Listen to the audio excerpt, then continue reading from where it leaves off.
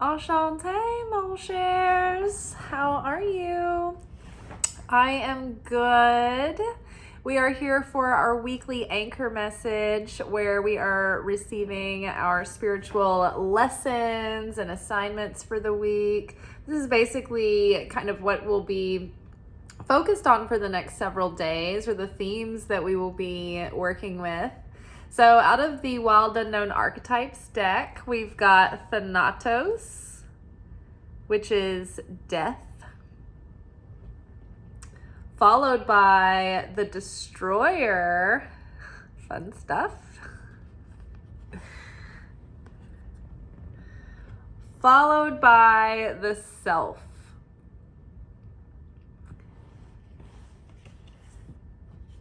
Underneath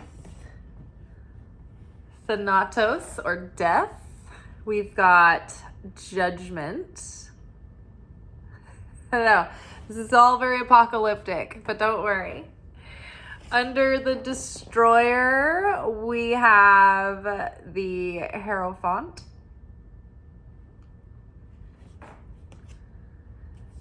And under the Self, we've got the female, or the feminine emperor. Not the empress, but the feminine emperor.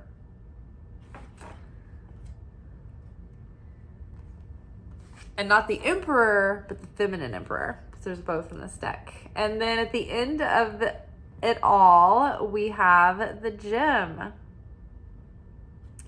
So, Thanatos, death, transformation, radical change. Does this sound like someone we know and we've been talking about? Maybe Pluto? Pluto is the planet of death and transformation and change. And we're just coming out of Pluto's 16-year transit through Capricorn. Capricorn is the stern, strict father of the zodiac. So to have death and transformation in a severe and stern energy like Capricorn over the last 16 years, it's been pretty tough, and it's been working out karma that we maybe even still have been carrying from like other lifetimes. And so it may feel like over the past 16 years, think back to 2008 is when this would have started. And you may have had like unusually difficult challenges, or maybe just felt like you were just pelted by one thing after another, and it was just like it never let up. And we've arrived now at this insight, right, about what it's all been for. And we can see now with hindsight, whoa, holy shit, I have grown so much. I have lived 1,000 lives in 16 years. And so now that we know, now that everybody's talking about it, we're like, oh my gosh, this thing's finally coming to an end. It's like nobody's been talking about it all along. We've just been in it, you know? And now this year, it's like we've been talking a lot about this energy coming to a conclusion, a culmination. And so now we have the relief of it almost being over. And now we see, oh, all of that I went through, that was actually like something was kind of prompting that extraness about that. And it really was serving something, and it really was a destined thing. And so you can kind of go through all the things that you were like, oh, wow, I never forgave myself for that, because I just thought, you know, oh, what a terrible mistake it was. And why did I make that decision, or why did I make that choice? And when you realize that like you were always sort of set up to go through that thing and there was no way around it, it really like, it allows you to have so much more forgiveness for yourself, because you realize that the thing was divinely ordained and it served a purpose. And the only thing you had control over was how you showed up during that challenge, and how you met it, and how you came away from it, and how you let it change you. You know, did it make you angry and bitter and closed off? And maybe it did for a while, but ultimately were you able to heal that wound and let it open you up more fully?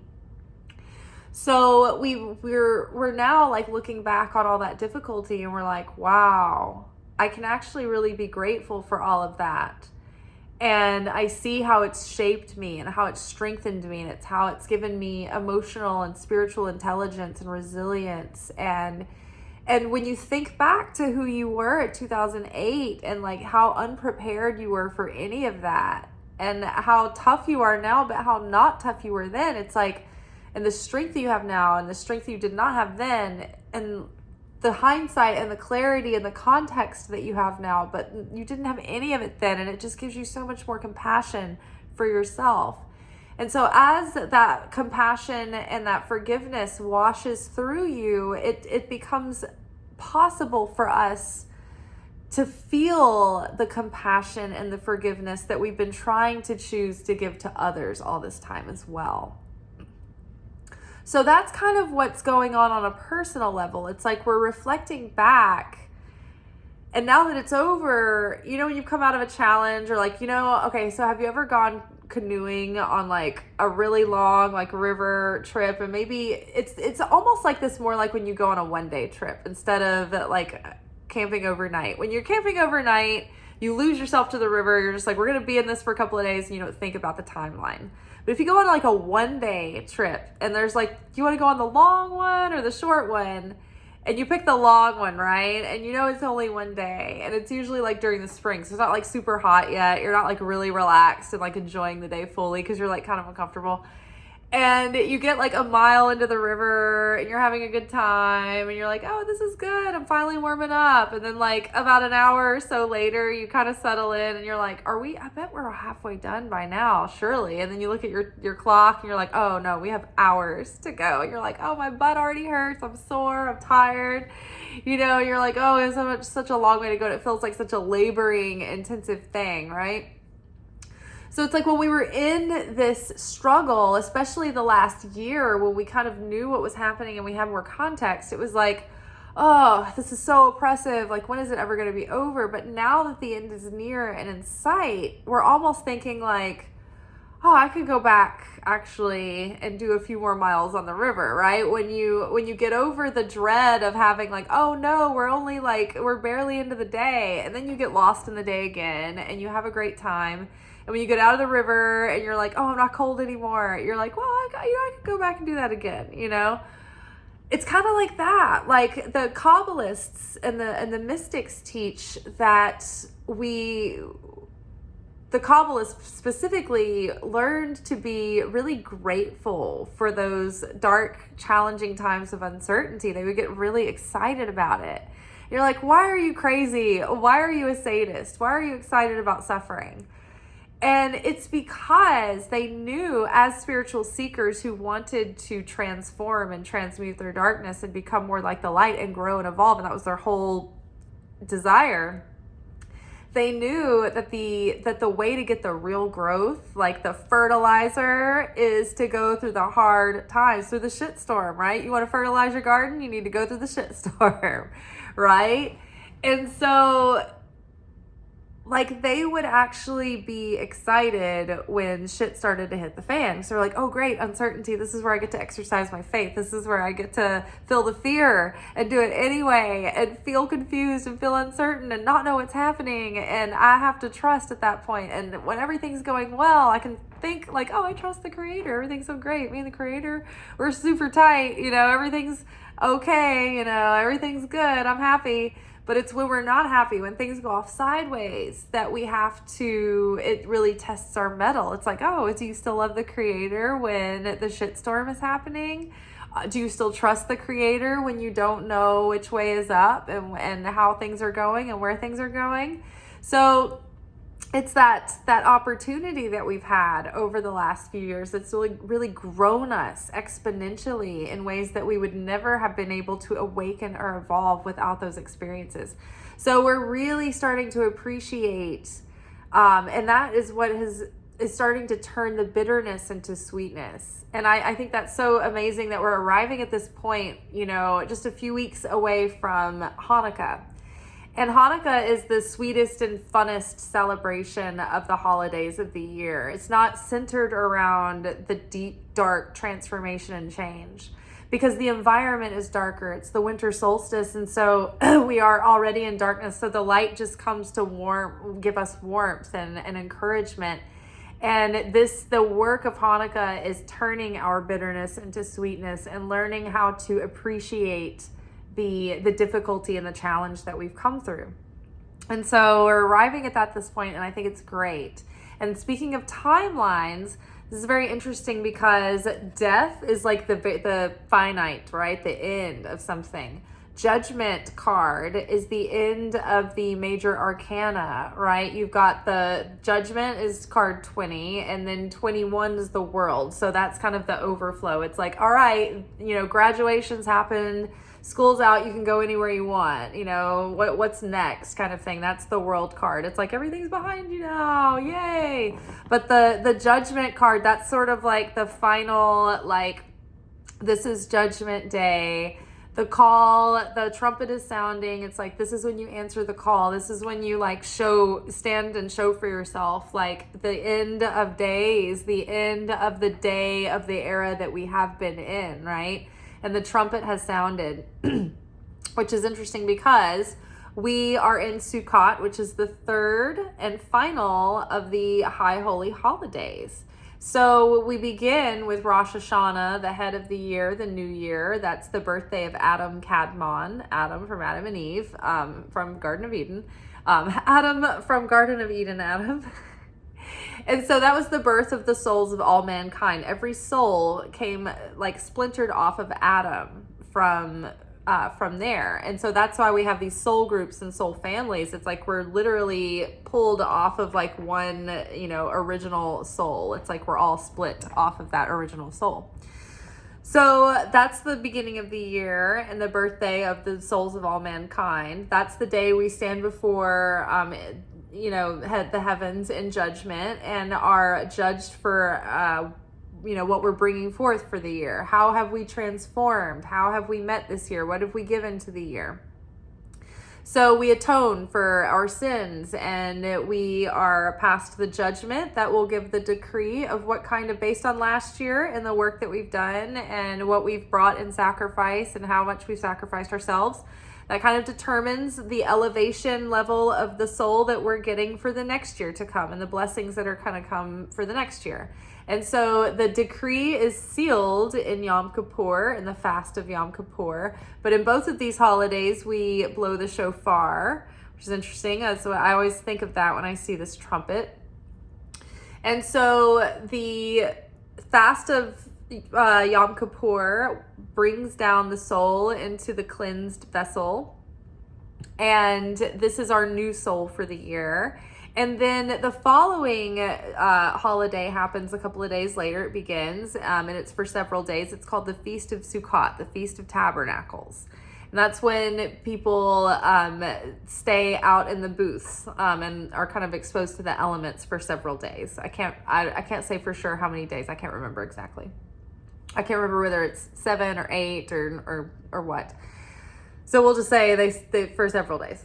And so during this time period, we're connecting to the light that awakens us to our ultimate potential, to connect with our higher self, to turbocharge the soul we were just getting so that we can actually live this year to the fullest and reveal more of our potential and share more of the light of the Creator with the world and show up and create more goodness and transform more and be a good vessel for the light, right? Because without the human hand to do the good works, nothing can happen, right? The spirit world is over there going like, yeah, because we're out here in the playing field, right? It's the physical plane where we get to work off karma and elevate our soul. We can't transcend and transform when we're out of body.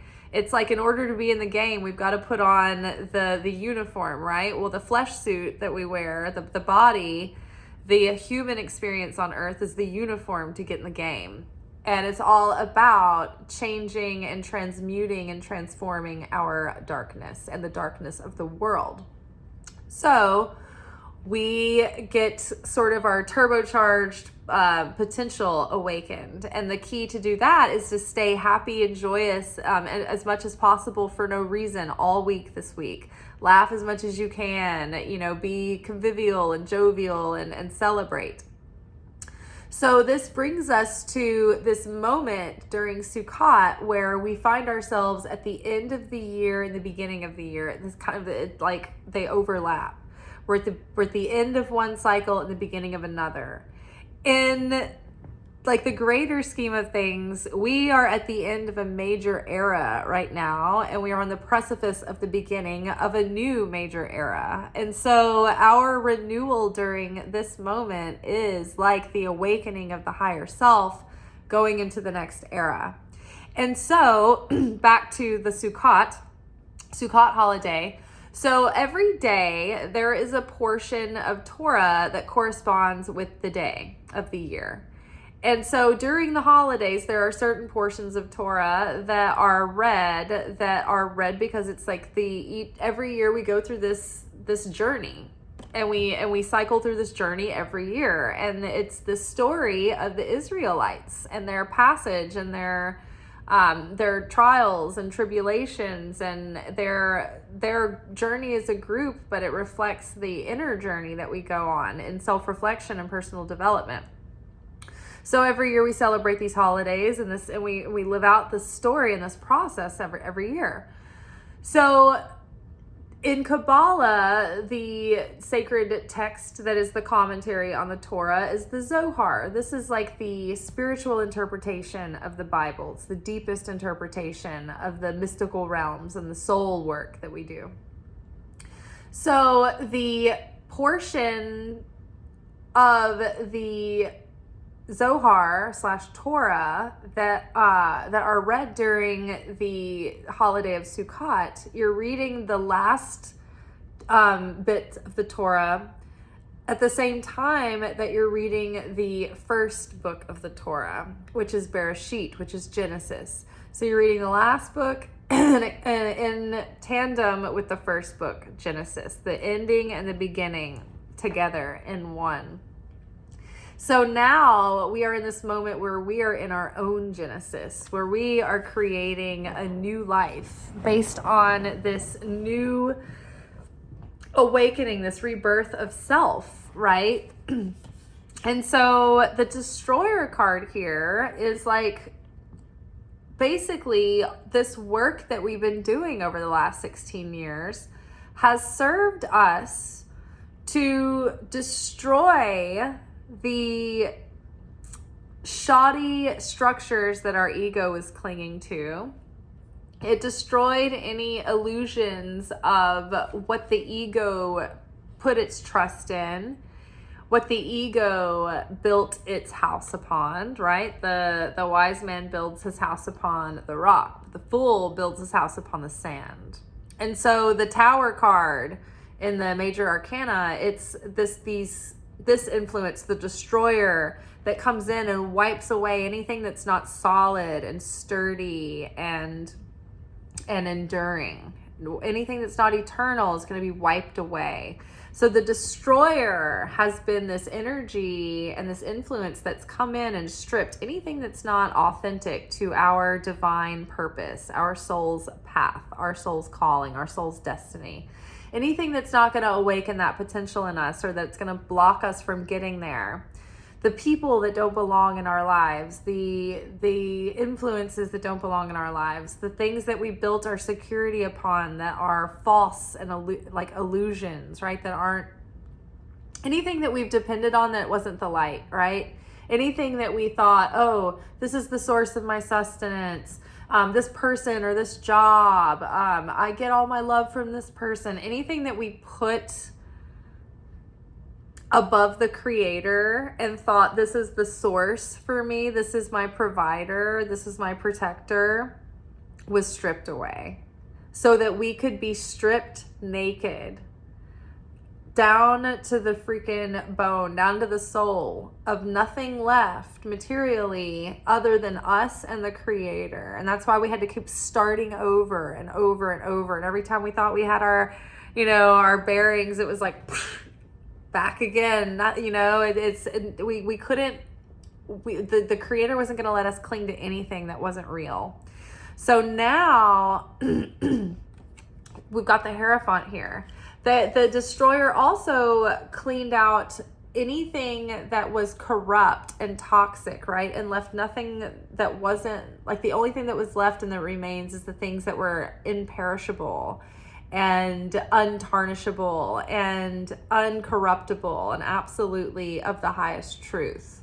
So many of the old systems and the old structures and the old ways of doing things, right? Like anything that had corruption in it, in the church, in the banking systems, in our government systems, all of these supposedly permanently established institutions were shaken to their core. And the only thing left in them that remained is what can be repaired or improved upon, or what has been transformed, or what was left true and real and with integrity. So our ego has been like destroyed over and over and over again and reborn. And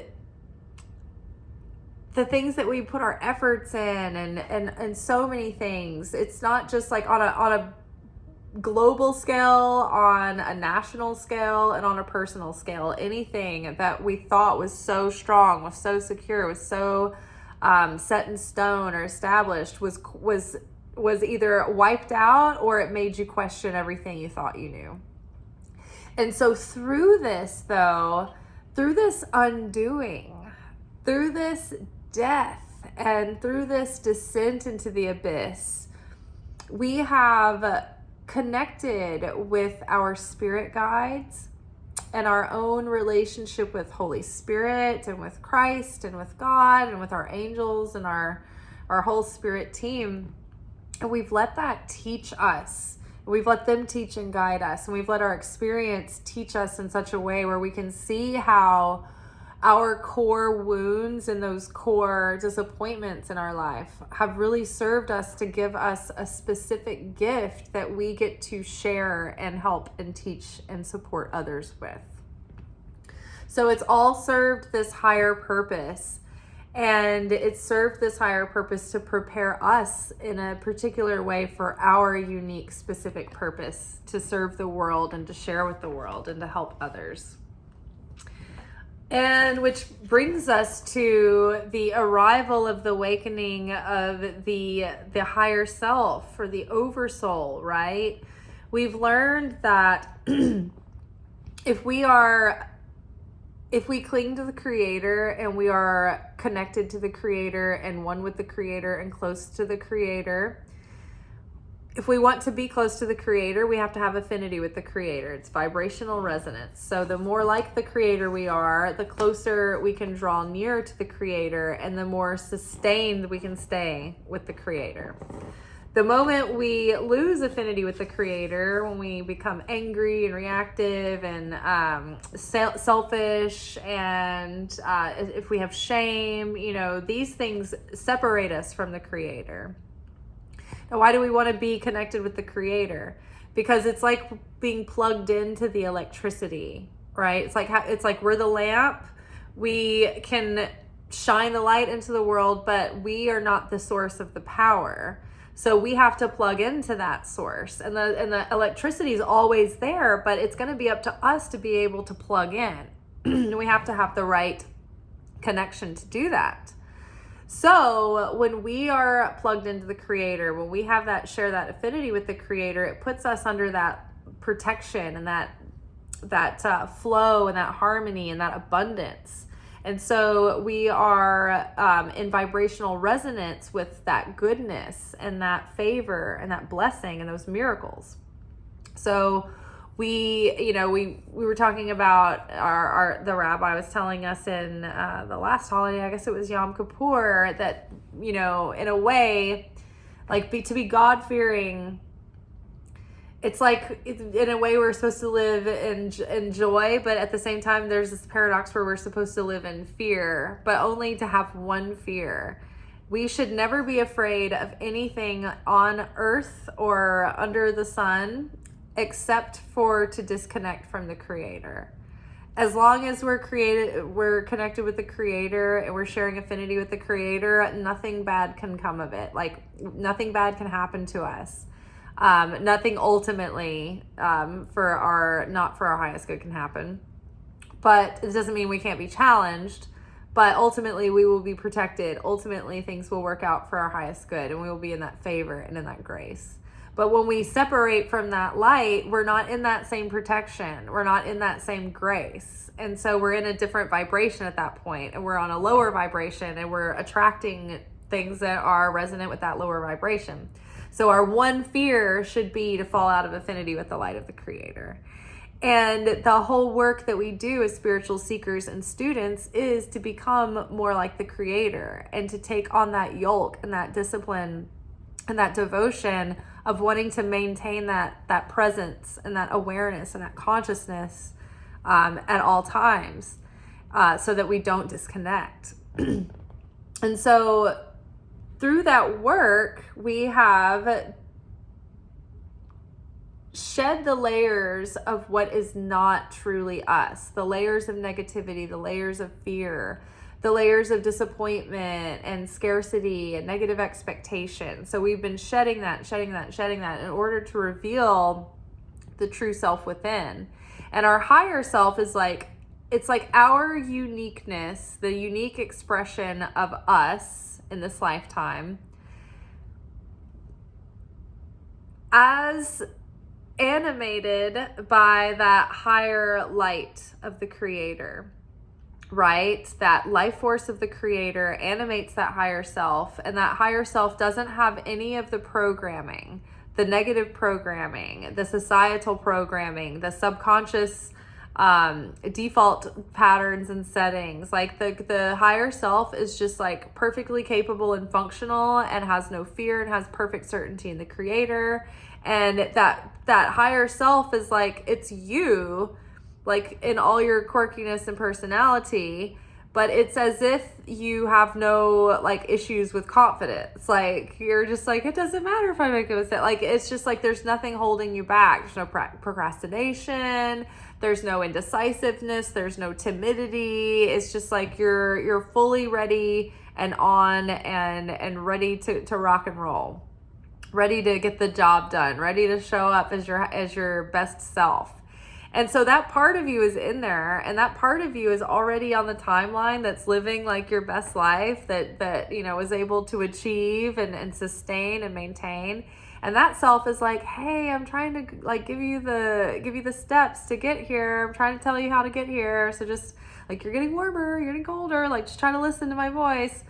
And we're out here like with so much all this going on and all that's been going on, and it's been hard to hear, the higher self. You're just like, you don't know how exhausted and angry I am.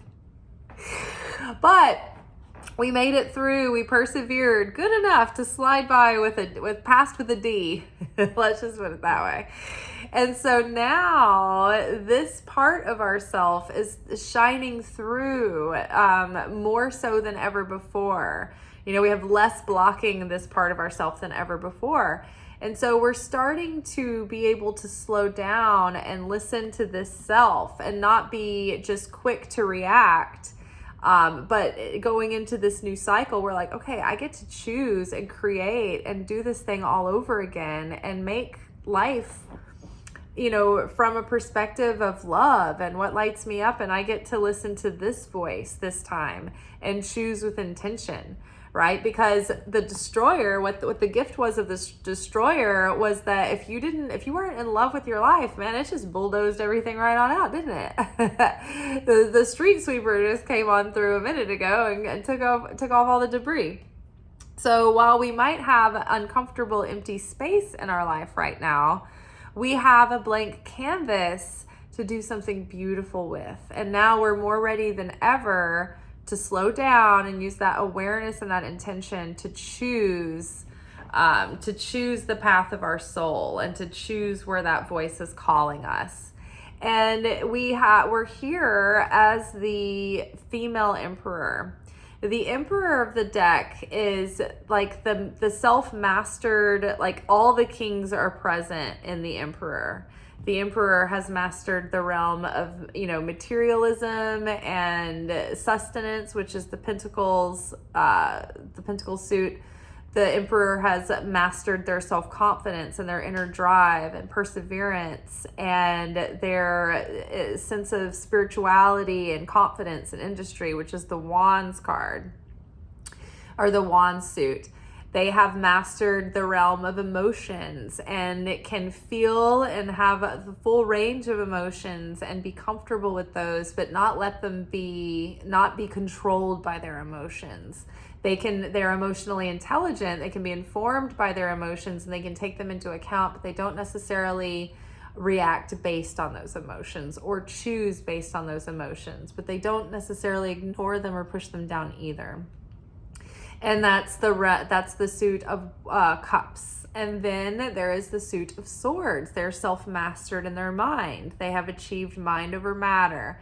They know how to cultivate their thoughts. They know how to recognize if they are getting in a negative mental space.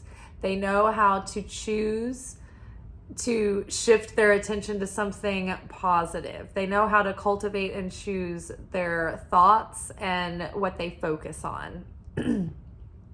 They have inner peace in their mind and they know how to quiet their mind. They know how to manage that mind chatter and the monkey mind. So the interesting thing, so this is the card I would say, most of the time I consider the emperor like a high level of self-mastery and a high level of having your shit together in like mostly every category of your life. Is like the emperor card is like, I've got my shit together at least on a base level in every major area of my life, to where I am functional and I can be fruitful and productive from here.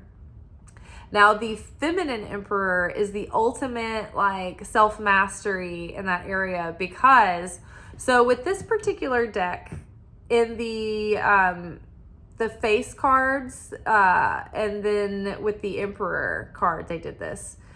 So they didn't just have a masculine king. They have the traditional man king.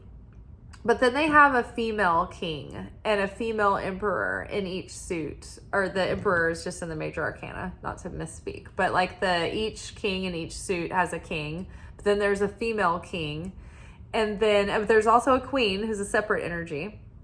And then with the emperor card, there's the male emperor, the traditional emperor, but there's also the female emperor. And so what I have taken from that in this deck is that when you go through the face cards, it's like the page is like the least mature of that element that you're working with. And then the knight is like a little bit more mature and they're about taking action. The page is about delivering messages, receiving messages, learning things, being a student. The knight is about getting out there and taking action and going out on the adventure, and it's about movement and action. It's not settled. The queen is about like settling in and taking care of the intimate realms of life and home, and the like the inner sanctum and the feminine aspects of the suit, all of the feminine gifts that have to do with that element and the feminine expressions of that. And so then the kings are like a step up further. They're like the highest of the, like the fully matured, fully realized of that element. You've embodied all the aspects of the page, the knight, and the queen at this point, and then you've reached to the king level, and so that's the masculine. So that's the outer expression of these virtues and these lessons that you've embodied and learned. So then the feminine male, the feminine king, the feminine emperor then would say, okay, this is a situation where you have the holy union, the sacred union of the fully realized feminine aspects equal to the fully realized masculine aspects. And this is a balance and the awakening of and the mastering of both of the energies within that suit. Well, the emperor has all the suits, right? It's all the kingdoms. And so the female emperor is like, okay, Hello, we are in the culmination of a long journey, and we are really at a level of establishment in a way of personal development and awakening of the soul. We're not arrived, but it's just like an acknowledgement of like, here's a talisman of achievement, of you've awakened this level of yourself, and now you get to build with as this new sense of like, you get to start fresh in a new timeline, creating a new story as like the best version of yourself you've ever been. You're like more in control, you're more stable than you've ever been, you're more secure, you're more like grounded and level-headed and full of passion and excitement and no inhibition kind of thing. But wisdom and you're not impetuous. And so it's the best case scenario here. I'm loving the energy. And then at the end of it all, it's like we've got these gems that like all the pressure and the heat and the fire of these years have put on us, but we've really come away with it with some valuable, precious, priceless treasure. And the gems that we carry are our experience and that wisdom and the love and the acceptance and the radical acceptance of life and the deep capacity for joy and fulfillment now. If you haven't been through the trials and tribulations, you can feel happy and you can feel satisfaction, but it's not a deep, abiding, like rich fulfillment and joy and satisfaction. It's like it's a shallower, lighter bodied sip of splendor, right? When you've been through the heat, when you've sweat blood, you've got a fuller body. When you take that sip, there's going to be more complexity, more flavor, more aroma, more dimension. So we've come out of this on top. We've got our treasure.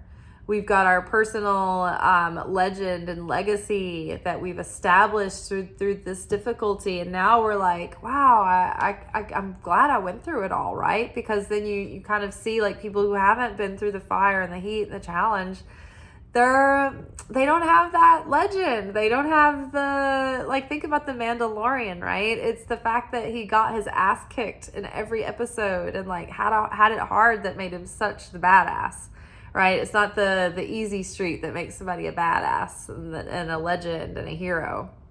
It's the hits that they take and the way that they respond to life on the other side of those hits that they take that really makes them the hero.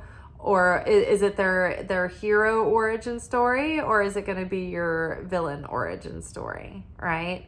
And I think that we're coming out heroes, hopefully. But never take it for granted. You always have to keep that humility and that sense of perseverance and duty, because the moment we stop making an effort, that is the moment that the entropy happens. So keep making an effort, right? You got to maintain that vibrational alignment with the creator. In an instant, we can separate from the creator. One bad attitude, one snap on somebody, and you throw something down, you're disconnected. But the grace, the absolute grace, is that all it takes is a moment to realize where you went wrong and to choose to shift your consciousness right back into alignment. So that's the grace that we have. All right, you all, that is all for tonight. I think that's a really good way to start our week. And I can't wait to see what happens in our weekly manifestation oracle message tomorrow. What's going on with our manifestations? It just feels like good things are stirring and brewing and coming. So who knows what's around the corner? Anything can happen at any minute right now. All right, y'all. Ciao.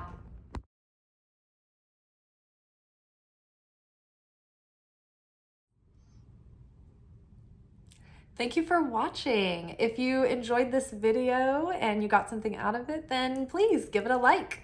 Subscribe to the channel. Turn on notifications to be notified of when I drop content.